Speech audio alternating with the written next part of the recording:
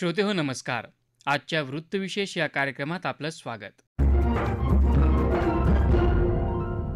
श्रोते हो, वर्षभर ज्या दिवसाची गणेश भक्त आतुरतेनं वाट पाहतात, तो सुखकर्त्या विघ्नहर्त्या गणरायाच्या आगमनाचा दिवस अगदी उद्यावर येऊन ठेपला आहे. त्यानिमित्तानंच गणेशोत्सवाचा उत्साह आणि तो साजरा करतानाच्या आपल्या जबाबदारीविषयी जाणून घेण्याचा प्रयत्न आपण आजच्या वृत्तविशेषमधून करणार आहोत.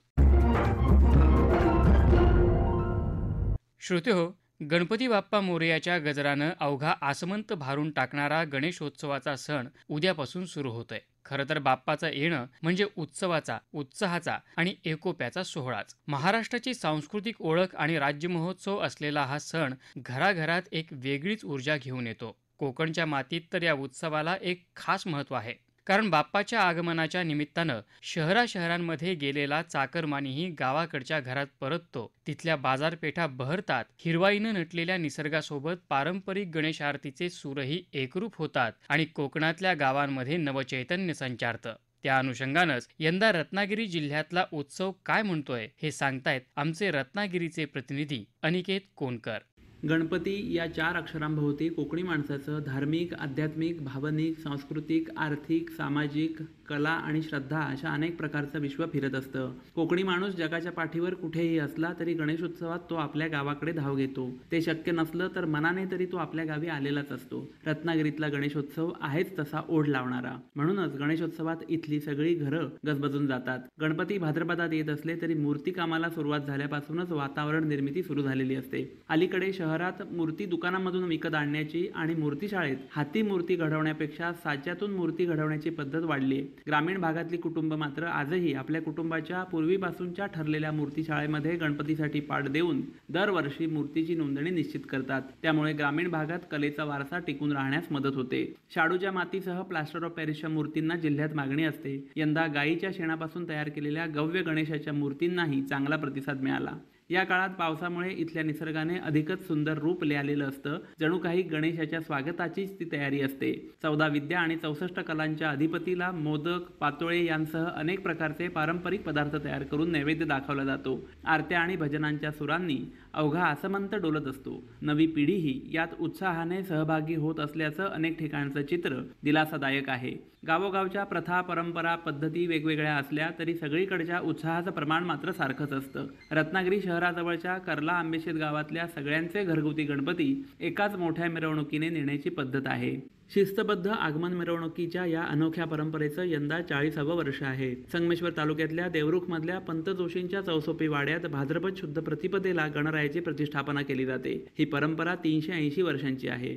घरोघरी मूर्ती आणण्याच्या पद्धतीला गणपतीपुळे पंचक्रोशीतली गावं मात्र अपवाद आहेत. गणपतीपुळ्यात श्री गणेशाचं स्वयंभू देवस्थान आहे. त्या पंचक्रोशीतल्या गावांमध्ये पिढ्यानपिढ्या राहणारे स्थानिक नागरिक घरी गणपती आणत नाहीत. भाद्रपद शुद्ध चतुर्थीच्या दिवशी या ग्रामस्थांना मंदिराच्या गाभाऱ्यात प्रवेश करून दर्शन घेता येतं. हे ग्रामस्थ तिथून आणलेल्या तीर्थाची आपल्या घरच्या प्रथेनुसार 1.5, 5 किंवा 7 दिवस गणपती म्हणून पूजा करतात. ही परंपरा शतकानुशतकं सुरू असून ती कोणत्याही विशिष्ट जातीपुरती मर्यादित नाही, हे तिचं वैशिष्ट्य आहे. जिल्ह्यात यंदा 1,69,000हून अधिक खासगी आणि 126 सार्वजनिक गणेश मूर्तींची प्रतिष्ठापना होणार आहे. गेल्या आठवड्यातल्या अतिवृष्टीमुळे फटका बसला असला तरी अर्थकारणाला चालना देणाऱ्या या उत्सवामुळे बाजारपेठा फुलून गेल्या आहेत. महामार्गावरून येणाऱ्या भाविकांसाठी सरकारने टोलमाफी जाहीर केली असून जादा रेल्वे गाड्या, एसटी बस सोडण्यात आल्या आहेत. मुंबई, पालघर, ठाण्यातून जवळपास 2900 एसटी बस रत्नागिरीत आल्या आहेत. मुंबई गोवा महामार्गाच्या डागडुजीचं काम सुरू असून जिल्हा प्रशासनाने महामार्गावर 16 ठिकाणी सुविधा केंद्र उभारली आहेत.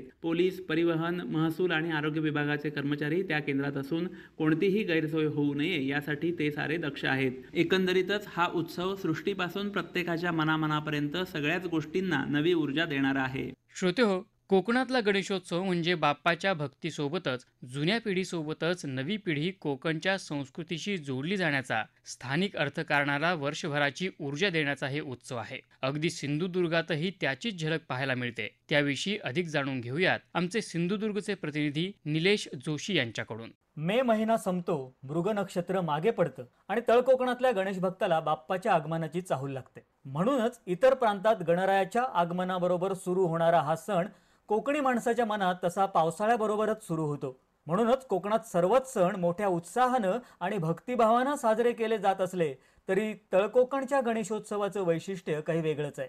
त्यामुळेच कोकणच्या या गणेशोत्सवाची भुरळ सर्वांनाच असते. जसं कोकण आणि मुंबई यांचं अतूट नातं आहे, तसंच मुंबईकर चाकरमानी आणि कोकणचा गणेशोत्सव हे देखील वेगळंच समीकरण आहे. चतुर्थीला मुंबईतला चाकरमानी आपल्या गावी आला नाही असं कधीही होत नाही. त्यामुळे एसटी, कोकण रेल्वे, खाजगी गाड्या पकडून प्रत्येक घराघरात चाकरमानी मंडळी आपल्या कुटुंब कबिल्यासह दाखल होत आहेत. कोकण रेल्वे आणि एसटी प्रशासनानं देखील जादा गाड्या सोडून गणेश भक्तांची व्यवस्था केली आहे. यंदा तर काही चाकरमान्यांना त्यांच्या गाड्यांसह रेल्वेच्या कार ऑन ट्रेननं सिंधुदुर्गमध्ये दाखल होण्याची संधी मिळाली आहे. जिल्ह्यातली प्रमुख रेल्वे स्थानकं देखील गणेश भक्तांच्या स्वागतासाठी सजली आहेत. कुडाळ रेल्वे स्थानकावर विद्युत रोषणाई, बचत गटांचा स्टॉल, सेल्फी पॉइंट उभारण्यात आलाय. कोकणातल्या प्रत्येक घराघरात बाप्पाच्या उत्सवाची जोरदार तयारी सुरू आहे. घरादारांची साफसफाई झाली असून रंगरंगोटीनं आणि आकर्षक अशा विद्युत रोषणाईनं घरदारं झळाळून गेली आहेत. दारांवर विविध प्रकारची तोरणं आणि अन्य सजावट करण्यात आली आहे. तर बाप्पांची ज्या ठिकाणी प्रतिष्ठापना केली जाते त्या देवघरात आणि खोलीत लाकडी मंडपी बांधून त्याला निसर्ग फुलांची आरास करण्यात आली आहे. जरी कृत्रिम फुलं, विद्युत तोरणांची सजावट असली तरी रानफुलांच्या या आरासीला एक वेगळं महत्त्व आहे. तळकोकणातल्या गणपतीच्या डोक्यावर बांधली जाणारी आणि रानफुलांनी सजवली जाणारी माटवी ही इथल्या उत्सवाचं एक ठळक वैशिष्ट्य. श्रावणातली सोनपिवळी उन्हं रंगांचा उत्सव साजरा करायला लागतात तेव्हा कोकणातला निसर्ग सुद्धा नेत्रसुखाची उधळण करायला ठेवणीतले रंग घेऊन आधीच तयार असतो. आता तर पावसाचा जोर सुद्धा ओसरलाय. आकाशात काळ्या ढगांची जागा इंद्रधनूनं घेतली आहे. वाऱ्याच्या झोक्यावर डुलणारी हिरवी शेतं मखमलीचा भास निर्माण करतायत. पण हे सर्व थोडं नजरेआड करतच मंडळी शेतीच्या बांधावरून लगबगीनं गणपतीच्या शाळेकडे निघालेली आहेत. आताशा तर आदल्या दिवशीच लाडक्या बाप्पांचं आगमन बऱ्याच घरात होऊ लागलंय.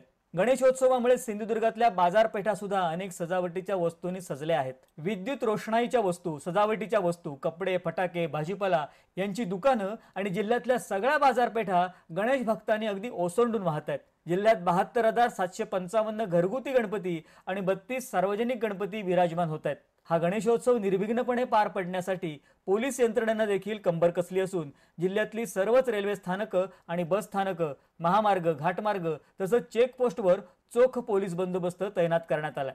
गणेशोत्सवाचा असा उत्साह कोकणा इतका अन्यत्र कुठेही नाही. आपला लाडका गणपती काही दिवस घराघरात चक्क राहायला येणार ही कल्पनाच किती अपूर्वायची. बाप्पा आपल्या घरी, आपल्या सहवासात आदराचं स्थान असलेला कुटुंबातला एक सदस्य म्हणून येऊन राहणार ही भावना देवाशी आत्यंतिक जवळीक साधणारी. आपल्या समोरची प्रतिष्ठापना केलेली ती चतुर्भुज गणेश मूर्ती आनंदी होऊन हसतमुखानं आपली भक्ती, श्रद्धा स्वीकारताना आपला अभयकर आपल्या मस्तकी ठेवून आपल्या सर्व चिंता दूर करण्याचा, सर्व संकटांचा नाश करण्याचा, सर्व संकल्प, सर्व स्वप्न पूर्ण करण्याचा आशीर्वाद देणार आहे.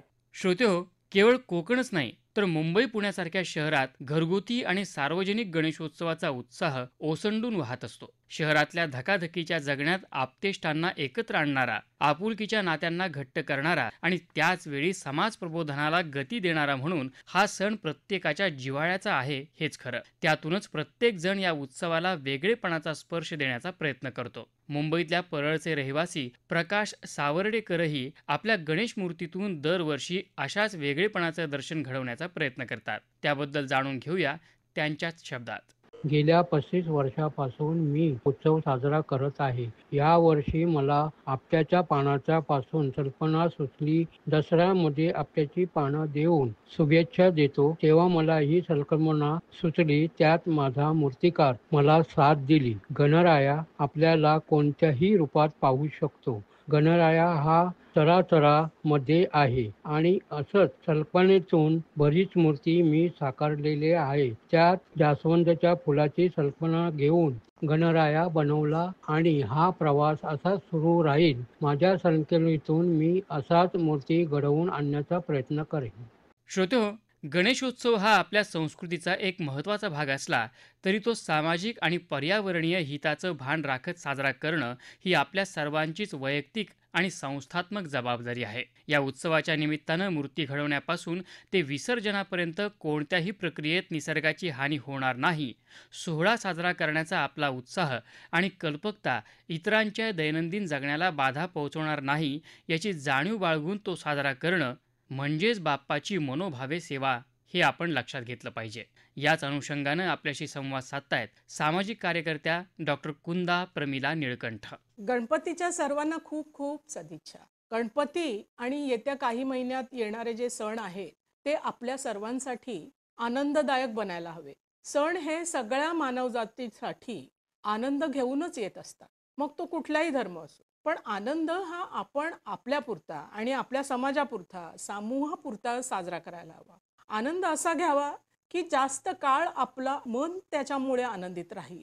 त्या आनंदाच्या आठवणी आपल्याला दुःख विसरायला लाव, असा आनंद तो असायला हवा. पण अलीकडच्या काळात हा जो आनंदोत्सव साजरा करताना आपण दिसतो ते दुसऱ्यांना त्रास देणारा ठरतोय. गणपतीच्या मिरवणुकी काढताना तसंच मंडपामध्ये प्रचंड कर्कश आवाजात डीजेवर गाणी लावून नाच गाणं आणि त्या नाच गाण्यात सामील होणाऱ्यांचे कान सुद्धा बहिरे होतातच, पण शेजारच्या आणि आसपासच्या परिसरातल्या लोकांचे पण बहिरेपण येतं. आणि काही वेळा तर हा जो आवाज आहे, दणदणाट आहे ना डीजेचा, तो अक्षरशः वृद्धांना जीवघेणा ठरतो. म्हणजे हृदयाचे ठोके वाढतात आणि हृदयविकाराचा झटका येतो. दरवर्षी अशा कित्येक घटना घडल्या आहेत की आवाजाच्या दणदणाटामुळे हृदयविकाराचा झटका येऊन काही वृद्धांचं आणि तरुणांचं देखील निधन झालेलं आहे. यावर्षी शासनाने पुन्हा प्लॅस्टर ऑफ पॅरिसच्या मूर्तींना परवानगी दिली आणि त्यामुळे खरं म्हणजे नदी आणि तलावामध्ये स्वतंत्र विसर्जन तलाव जे होते ते न ठेवता सर्व ठिकाणी पाण्याच्या जिवंत प्रवाहामध्ये सुद्धा विसर्जन करायला शासनाने परवानगी दिली आहे. पर्यावरणाचा विचार बाजूला ठेवून अशा प्रकारे धर्माचा प्रश्न त्याला बनवणं म्हणजे आपण आपल्याच पायावर धोंडा मारून घेतल्यासारखं आहे, नाही का? म्हणजे रंग, पीओपीच्या मूर्तीची माती ही सगळी तलावाच्या आणि नदीच्या तळाला जाऊन बसते. काही ठिकाणीचे नैसर्गिक प्रवाह असतात, झरे असतात, त्याला ब्लॉकेज तयार होतं त्याच्यामुळे. त्यामुळे अशा प्रकारचा आणि रंग जे आहे ते रासायनिक रंग आपण बऱ्याच वेळा वापरतो, नैसर्गिक रंग वापरायला पाहिजेत ना. म्हणजे रंगामध्ये काय होतं, रासायनिक रंगामध्ये लेड आणि मर्क्युरी अशा दोन गोष्टी असतात. म्हणजे लेड म्हणजे शिस आणि मर्क्युरी म्हणजे पारा, आणि तो माशांच्या पोटात जातो आणि हे मासे आपण खातो. त्यामुळे जलजीवन तर नष्ट होतच, पण माशाच्या रूपाने आपल्या अन्नसाखळीमध्ये हे शिस आणि मर्क्युरी आल्यामुळे आपल्या जीवाला पण धोका तयार झालेला आहे. तर हे रोखण्याची गरज आहे. हे भयंकर आहे आणि माणसाचं आरोग्य सगळ्यात महत्वाचं आहे मानतो की नाही आपण. साधारणपणे ह्या अशा प्रकारच्या रासायनिक प्रदूषणामुळे पाण्याच्या मार्फत जी धडधाकट माणसं असतात त्यांना सुद्धा हळूहळू 5 ते 10 वर्षाच्या काळात आजारपण येऊ शकतं, अपंगत्व येऊ शकतं. त्यामुळे आणखी एक तिसरी गोष्ट अशी आहे, गणपतीच्या गळ्यात जे माळा घालतो की नाही किंवा मुकुटामध्ये खडे रोवलेले असतात, तर ह्या खड्यांमुळे सुद्धा खड्यांकडे मासे आकर्षित होतात आणि माशांच्या पोटात ते जातात. त्याच्यातून आपल्या पोटात सुद्धा ह्यातला विषारी भाग जात असतो. दुसरं असं एक आहे की प्रदूषण नियंत्रण मंडळाने आता आपल्याला आपल्या आणि शेजारच्यांच्या आरोग्याची काळजी घेण्याच्या दृष्टीने अनेक नियम आपल्याला सांगितलेले आहेत. रूढी पाळा, पण ते कशा प्रकारे पाळायच्या? दारू पिऊन नाच गाण्यांवर डीजे लावून नाच करणं हे कुठल्या धर्मग्रंथात लिहिलंय? त्यामुळे आपल्याला ह्या गोष्टी पाळायला पाहिजेत. प्रदूषण नियंत्रण मंडळाने जे आपल्याला नियम सांगितलेले आहेत ते नियम आपण पाळू आणि निसर्गाला वाचवण्याचे प्रयत्न करू. दुसरं असं एक थोडंसं तुम्हाला सांगायचंय की गणपतीच्या डोळ्याकडे आपण पाहिलं का, त्या डोळ्यामध्ये आपल्याला खूप प्रेम दिसतं आणि ते प्रेम आपण सुद्धा आपल्याला सोबतच्या सर्व जाती धर्मातल्या लोकांसोबत वाटून घ्यायचंय. म्हणून गणपती उत्सव साजरा करा आणि प्रेम वाटा, प्रेम करा. श्रोते हो, उत्सवाचा जल्लोष आणि सामाजिक भान यांचा सुरेख संगम साधत हा गणेशोत्सव सर्वांसाठी आनंद, समृद्धी आणि एकजुटीचा संदेश देणारा ठरो, हीच सदिच्छा.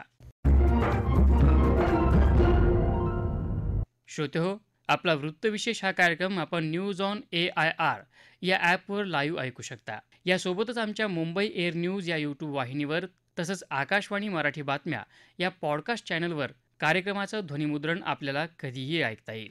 श्रोते हो, याबरोबरच आजचा वृत्तविशेष हा कार्यक्रम संपला. हा कार्यक्रम आकाशवाणी मुंबईच्या प्रादेशिक वृत्त विभागानं सादर केला. सादरकर्त्या आणि संपादन भावना गोखले, निर्मिती सहाय्य तन्मय जाधव, लेखन आणि समन्वय सोनाली मंचेकर आणि निवेदन कौस्तुभ पटाईत.